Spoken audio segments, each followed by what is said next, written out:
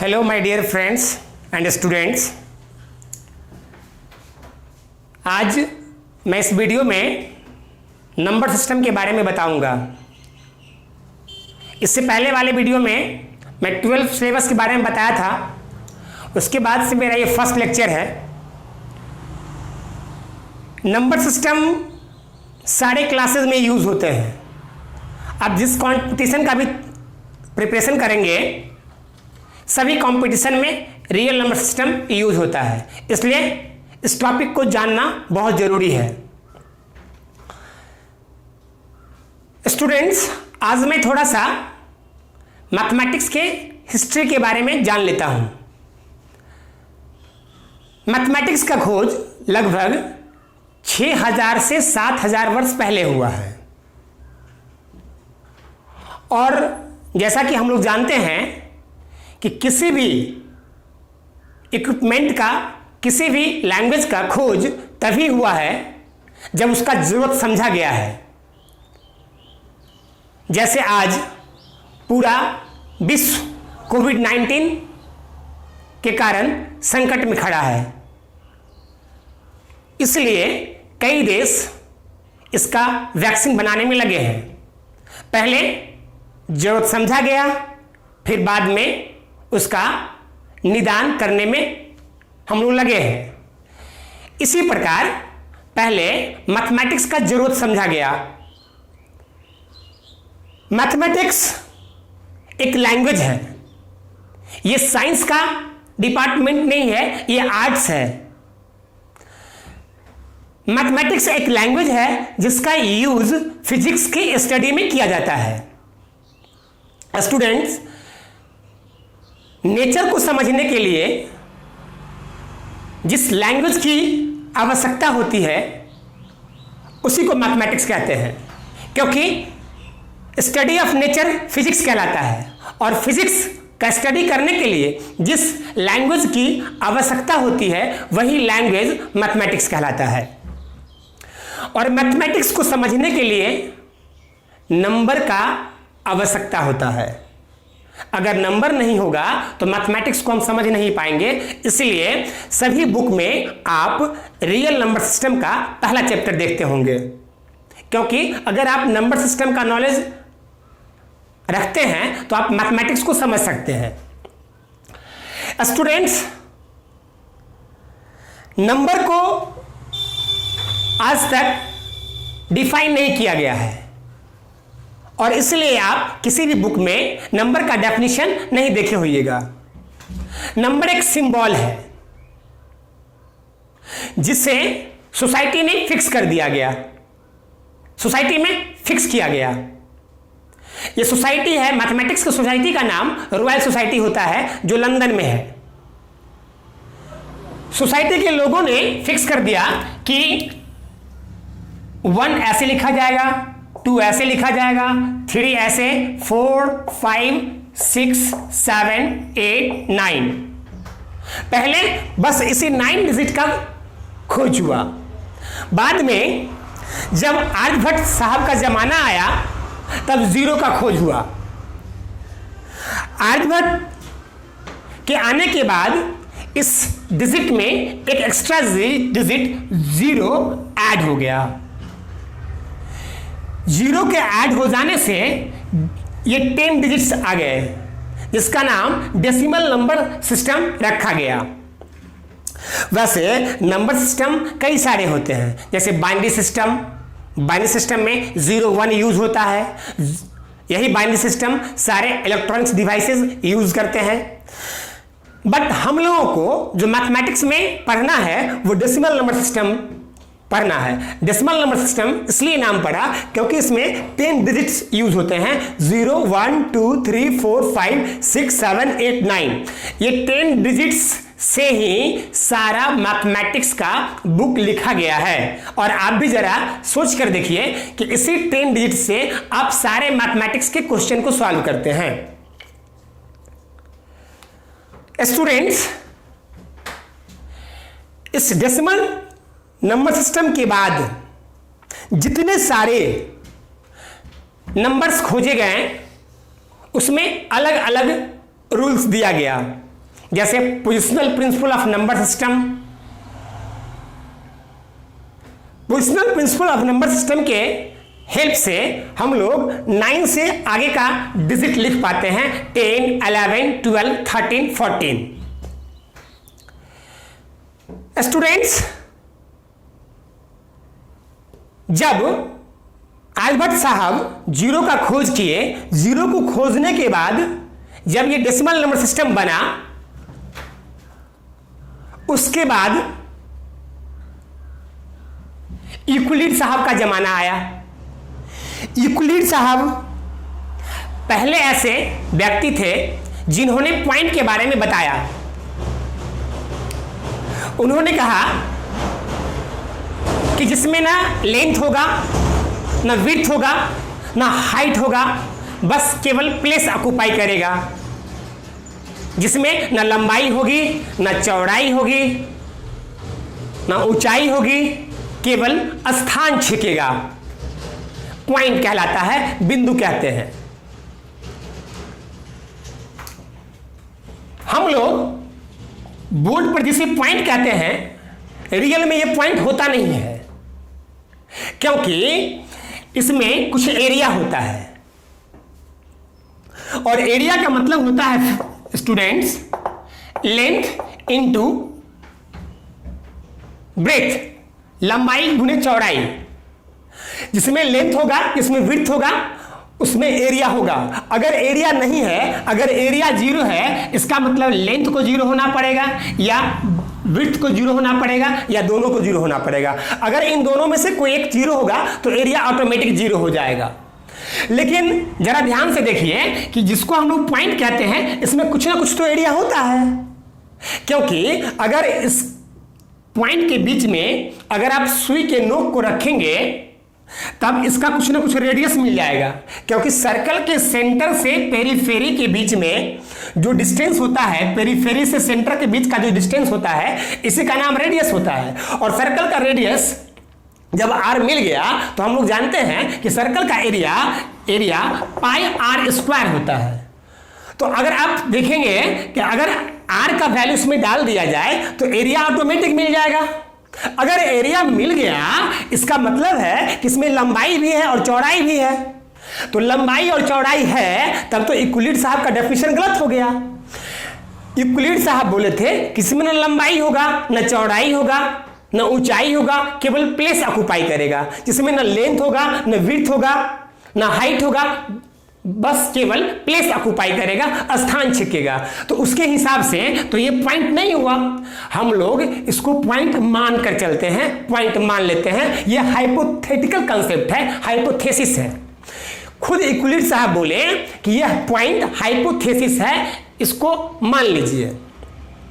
और वही यूक्लिड साहब बोले कि इनफाइनाइट पॉइंट के मिलने से लाइन का फॉर्मेशन होता है। मतलब इनफाइनाइट पॉइंट को लगातार मिला दिया जाए तो लाइन बन जाता है। इसका मतलब किसी लाइन पर इनफाइनाइट पॉइंट्स होते हैं। जब पॉइंट हाइपोथेटिकल कंसेप्ट है, इसका मतलब लाइन भी हाइपोथेटिकल कंसेप्ट है। जब पॉइंट और लाइन के बारे में जब जानकारी हो गई लोगों को, तब एक मैथमेटिशियन थे जॉर्ज केंटर और दूसरा आर डेडेकिंड। इन दोनों ने बताया कि जिसे यूक्लिड साहब पॉइंट बोलते हैं, यह पॉइंट एक नंबर को रिप्रेजेंट करता है। किसको रिप्रेजेंट करता है? नंबर को रिप्रेजेंट करता है। जब एक पॉइंट एक नंबर को रिप्रेजेंट कर गया, जरा गौर से सुनिए आप, यहीं से बस इसी पॉइंट से मैथमेटिक्स और फिजिक्स का कनेक्शन भी है, क्योंकि जिसे मैथमेटिक्स वाले पॉइंट कहते हैं उसी को फिजिक्स वाले पार्टिकल कहते हैं। हम मैथमेटिक्स वाले पॉइंट का स्टडी करते हैं और फिजिक्स वाले पार्टिकल का स्टडी करते हैं। हम पॉइंट को मिला मिलाकर लाइन बनाते हैं और वो पार्टिकल को मिला मिलाकर ऑब्जेक्ट बनाते हैं। वो ऑब्जेक्ट का स्टडी करेंगे और हम पॉइंट और लाइन का स्टडी करेंगे। हम किसी भी नंबर को नंबर लाइन पे रखेंगे और वो पार्टिकल को इन्वायरमेंट में रखते हैं, स्पेस में रखते हैं, तो उनके लिए स्पेस हुआ और मेरे लिए नंबर लाइन हुआ। जब जॉर्ज कैंटर और R.D. डिकिंड ने यह बताया कि पॉइंट एक नंबर को रिप्रेजेंट करता है, तो आपको पता चल गया होगा कि जब लाइन पर इनफाइनाइट पॉइंट्स होते हैं, इसका मतलब लाइन पर इनफाइनाइट नंबर्स होते हैं। जब किसी लाइन पर इनफाइनाइट पॉइंट होगा, जब किसी लाइन पर इनफाइनाइट पॉइंट होगा, इनफाइनाइट पॉइंट के मिलने से लाइन बना और एक पॉइंट एक नंबर को रिप्रेजेंट करता है, इसका मतलब कि किसी लाइन पर इनफाइनाइट नंबर होगा। चूंकि किसी लाइन पर इनफाइनाइट नंबर्स होते हैं, इसीलिए इस लाइन को हम लोग रियल नंबर लाइन भी बोलते हैं। क्या बोलते हैं? रियल नंबर लाइन भी बोलते हैं। रियल नंबर लाइन बोलते हैं। और यही कारण है कि आपके मैथमेटिक्स के पहले चैप्टर में रियल नंबर लाइन का स्टडी करवाया जाता है। तो स्टूडेंट्स, आप लोग ये समझ गए हैं कि रियल नंबर लाइन इसलिए नाम पड़ा क्योंकि लाइन पर इनफाइनाइट पॉइंट्स होते हैं और एक पॉइंट एक नंबर को रिप्रेजेंट करता है, इसलिए लाइन पर इनफाइनाइट पॉइंट्स, इनफाइनाइट नंबर होते हैं, इसलिए इसका नाम रियल नंबर लाइन पड़ गया। अब आइए, इस रियल नंबर लाइन पर केवल नंबर रहता है और इसके बाहर हम लोग ऐसे प्लस इन्फिनिटी और माइनस इन्फिनिटी, ध्यान रहे इस दोनों सिंबल को हम नंबर लाइन पर नहीं लिखते हैं। कुछ लोग ऐसे लिख देते हैं जो कि लॉजिकली फिट नहीं बैठता है, ये गलत समझा जाता है। लेकिन चलने के लिए लोग चलाते हैं, लेकिन ये गलत समझा जाएगा क्योंकि ये सिंबल नंबर नहीं है और नंबर लाइन पर केवल नंबर्स रहते हैं, इसीलिए इस सिंबल को बाहर लिखना पड़ेगा। इसका मतलब हुआ ये भी एक सिंबल है जिसका मतलब है कि आप राइट में इन्फिनिटी पर जाइए और इसका मतलब हुआ कि आप लेफ्ट में इन्फिनिटी पर जाइए। अब आइए, हम लोग ये देखते हैं कि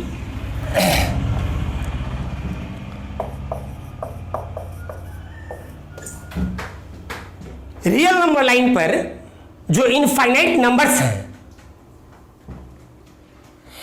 इन सारे नंबर्स का पोजीशन को जानना है हमको।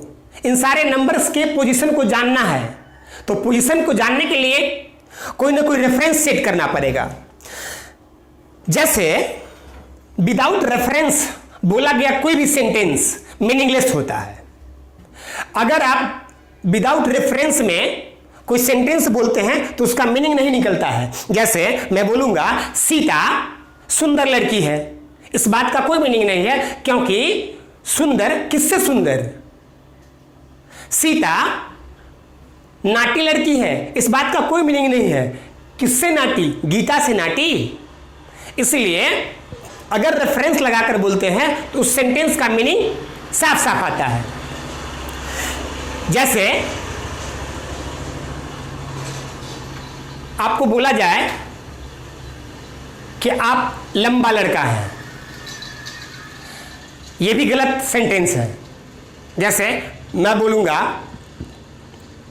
कि मेरी ट्रेन आज छूट गई, यह भी गलत सेंटेंस है। कोई बोलता है कि मेरा पैंट छोटा हो गया, यह भी गलत सेंटेंस है क्योंकि पैंट कभी छोटा नहीं होता, आदमी बढ़ जाता है। तो विदाउट रेफरेंस बोला गया बात मीनिंगलेस होता है। जैसे मैं बोलूंगा कि मेरे घर का डिस्टेंस 5 किलोमीटर है, यह गलत सेंटेंस है, इसका कोई मीनिंग नहीं होगा क्योंकि मुझे यह बोलना पड़ेगा कि मेरे घर का डिस्टेंस पटना से 5 किलोमीटर है, इस बात का मीनिंग निकलता है। तो स्टूडेंट्स, इस रियल नंबर लाइन पर इनफाइनाइट नंबर्स हैं जिनके पोजीशन को डिनोट करने के लिए, जिनके पोजीशन को डिटरमाइन करने के लिए एक रेफरेंस पॉइंट की आवश्यकता होती है, जिस रेफरेंस पॉइंट को हम लोग ओरिजिन कहते हैं, मूल बिंदु कहते हैं, ओरिजिन कहते हैं। अब ओरिजिन, इस ओरिजिन को आप इधर उधर जहां भी मन है रख सकते हैं, ऐसा नहीं कि बीच में ही रखें, आप कहीं भी रख सकते हैं।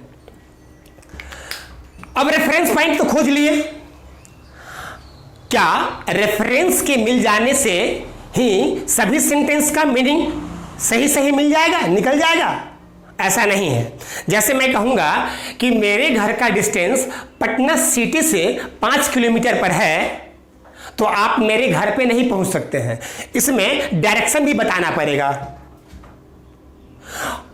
और डायरेक्शन जब पता चल जाएगा और डिस्टेंस पता चल जाएगा रेफरेंस के साथ, तो आप मेरे घर पे पहुंच जाएंगे।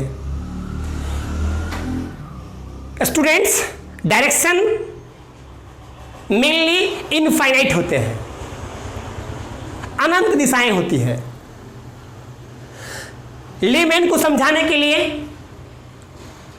4 डायरेक्शंस को या 10 डायरेक्शंस को बताया जाता है, लेकिन रियल में डायरेक्शन इनफाइनाइट होते हैं। जैसे देख लीजिए, ये नॉर्थ हुआ, ये साउथ हुआ, सॉरी ये ईस्ट हुआ, ये वेस्ट हुआ, ये नॉर्थ हुआ, ये साउथ हुआ। अगर आपसे बोला जाए कि इस डायरेक्शन से 15 डिग्री पर कोई पार्टिकल मूव करता है, तो इसका एक अपना डायरेक्शन है। 20 डिग्री पर, 30 डिग्री पर, 40 डिग्री पर, ऐसे कई सारे डायरेक्शंस मिल जाएंगे। इसलिए डायरेक्शंस इनफाइनाइट होते हैं, लेकिन लेमैन को समझाने के लिए केवल 4 तरह का या 10 तरह का, 6 तरह का डायरेक्शन बताया जाता है। एक तो ईस्ट वेस्ट, नॉर्थ साउथ, फिर बीच में, फिर ऊपर और नीचे समझाया जाता है। लेकिन साइंटिफिक पॉइंट ऑफ व्यू से डायरेक्शंस केवल 2 होते हैं, एक पॉजिटिव डायरेक्शंस और दूसरा नेगेटिव डायरेक्शन। इसलिए आप फिजिक्स में भी जब प्रॉब्लम सॉल्व करते होंगे तो सभी क्वेश्चन में आप ईस्ट वेस्ट नॉर्थ साउथ नहीं देखते होंगे। अक्सर जगह पे पॉजिटिव और नेगेटिव डायरेक्शन का यूज किया जाता है। तो साइंटिफिक पॉइंट ऑफ व्यू से डायरेक्शन मात्र 2 होते हैं, पॉजिटिव एंड नेगेटिव, और ये आपके मानने पर डिपेंड करता है कि किधर पॉजिटिव होगा और किधर नेगेटिव होगा। जैसे दुनिया का सारा आदमी इधर पॉजिटिव मान लिया और इधर नेगेटिव मान लिया, मैं भी मान लेता हूं, आपका मर्जी, आप इधर भी नेगेटिव मान सकते हैं, इधर भी पॉजिटिव मान सकते हैं। लेकिन झूठ मूठ का परेशानी क्यों बनाना? जिसको लोग ईस्ट बोलता है, पूरा बोलता है, हम भी उसको पूरा बोलेंगे, उसी में फायदा है। इसीलिए हम लोग भी इधर पॉजिटिव मान लिए और इधर नेगेटिव बना लिए। जब पॉजिटिव नेगेटिव डायरेक्शन डिफाइन हो गया, अब इससे बहुत सारा चीज इस नंबर लाइन पर पता चलता है। पहला कि अगर हमसे कोई पूछे कि पॉजिटिव नंबर क्या होता है, व्हाट इज पॉजिटिव नंबर्स, तो मैं कहूंगा कि the numbers right to the origin, the numbers right to the origin are known as positive number. वैसा नंबर जो ओरिजिन के दाईं ओर है उसे पॉजिटिव नंबर कहेंगे। सिमिलरली वैसा नंबर जो ओरिजिन के लेफ्ट में है उसको नेगेटिव नंबर बोलेंगे। ओरिजिन के राइट में होगा तो पॉजिटिव, ओरिजिन के लेफ्ट में होगा तो नेगेटिव, और ओरिजिन जो 0 है ये ना पॉजिटिव की तरफ है, ना नेगेटिव की तरफ है, ना राइट में है, ना लेफ्ट में है, इसलिए इसका कोई सिंबल नहीं होता है। पूरे नंबर सिस्टम में मात्र 0 ही एक ऐसा नंबर है जिसका कोई साइन नहीं होता है। वो ना पॉजिटिव होता है ना ही नेगेटिव होता है, क्योंकि अगर वो राइट में होता तो पॉजिटिव होता, लेफ्ट में होता तो नेगेटिव होता, लेकिन 0 ना पॉजिटिव है ना नेगेटिव, क्योंकि ये बीच में है, रेफरेंस है। इसके बाद हम लोग पॉजिटिव नंबर और नेगेटिव नंबर में स्टैंडर्ड के हिसाब से ओरिजिन से डिस्टेंस के अकॉर्डिंग हम लोग नंबर खोज लेते हैं। पॉजिटिव में पॉजिटिव होगा और नेगेटिव में नेगेटिव होगा। जब नंबर नोट कर दिए नंबर लाइन पर,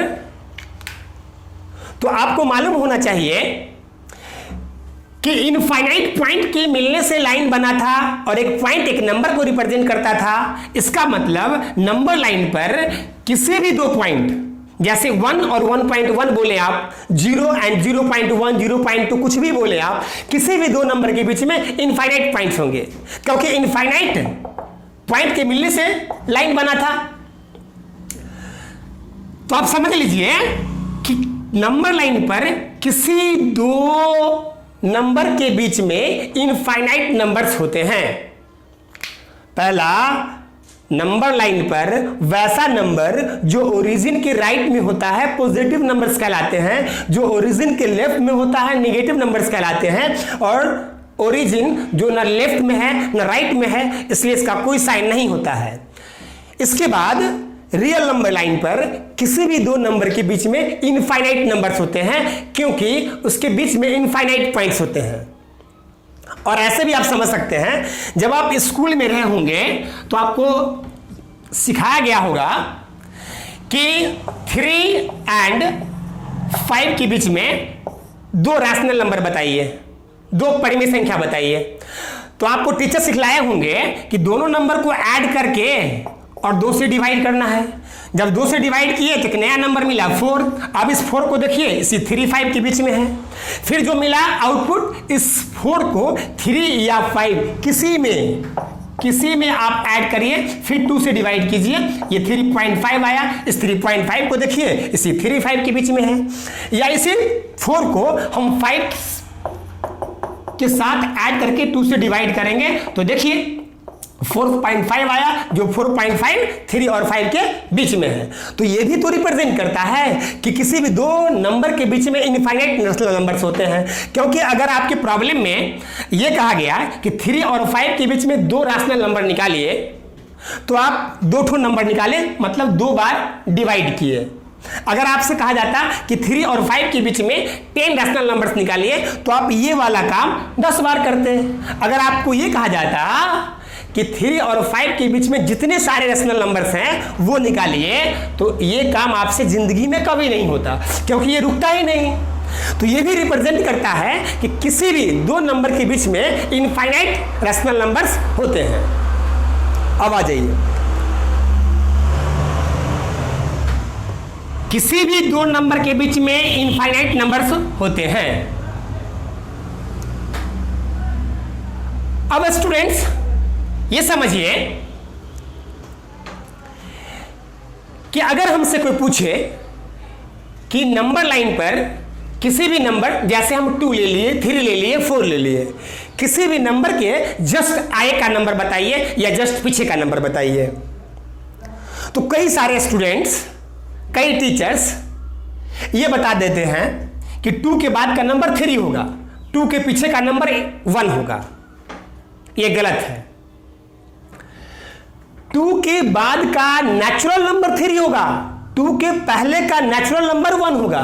लेकिन अगर ये आपसे पूछा जाए सीधे सीधे कि 2 के आगे का नंबर बताइए, तो आप 3 नहीं बोल सकते हैं, क्योंकि 2 के आगे इनफाइनाइट नंबर्स होंगे।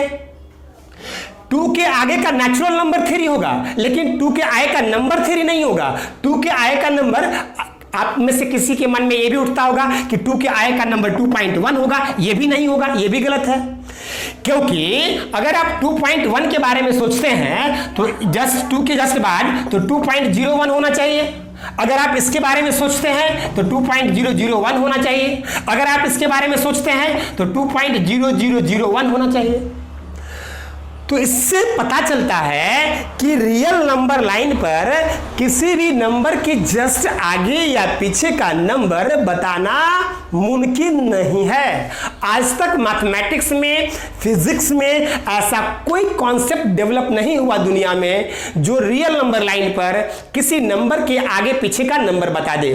मैं फिर से एक बार दोहराना चाहता हूं कि 2 के आगे का नेचुरल नंबर 3 हुआ, 2 के आगे का इंटीजर 3 हुआ, 2 के पीछे का नेचुरल नंबर 1 हुआ, लेकिन 2 के आगे का नंबर, 2 के जस्ट पीछे का नंबर ये पता नहीं चल सकता है। और यही कारण है कि मैथमेटिक्स में कैलकुलस जैसा चैप्टर, कैलकुलस जैसा डिपार्टमेंट डेवलप हुआ, जिसमें डिफरेंशिएशन और इंटीग्रेशन नाम का चैप्टर आया।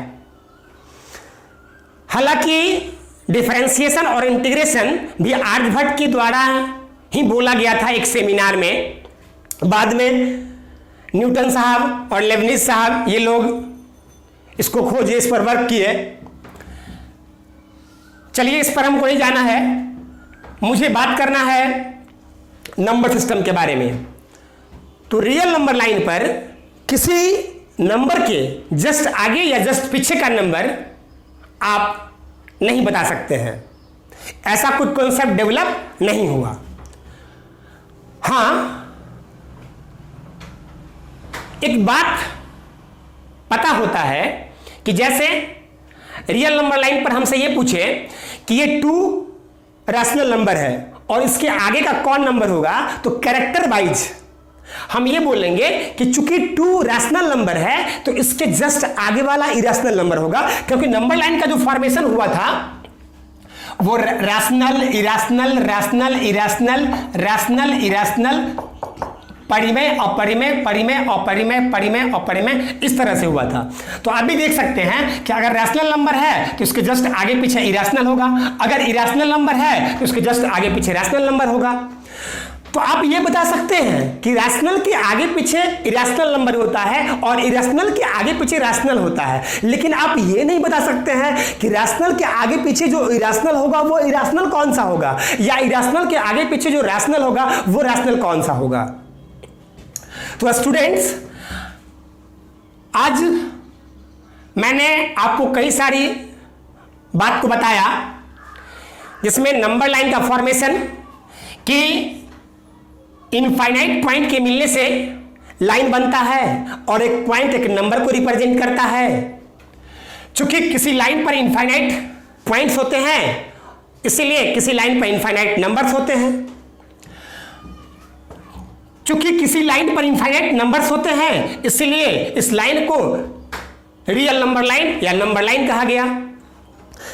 नंबर लाइन पर इनफाइनाइट नंबर्स हैं, इसके पोजीशन को डिटरमाइन करने के लिए एक रेफरेंस पॉइंट की आवश्यकता थी जिसे हम लोग ओरिजिन कहते हैं। ओरिजिन को सेट किया गया, ओरिजिन के साथ साथ डायरेक्शन फिट किया गया जो साइंटिफिक पॉइंट ऑफ व्यू से मात्र 2 होते हैं, पॉजिटिव और नेगेटिव।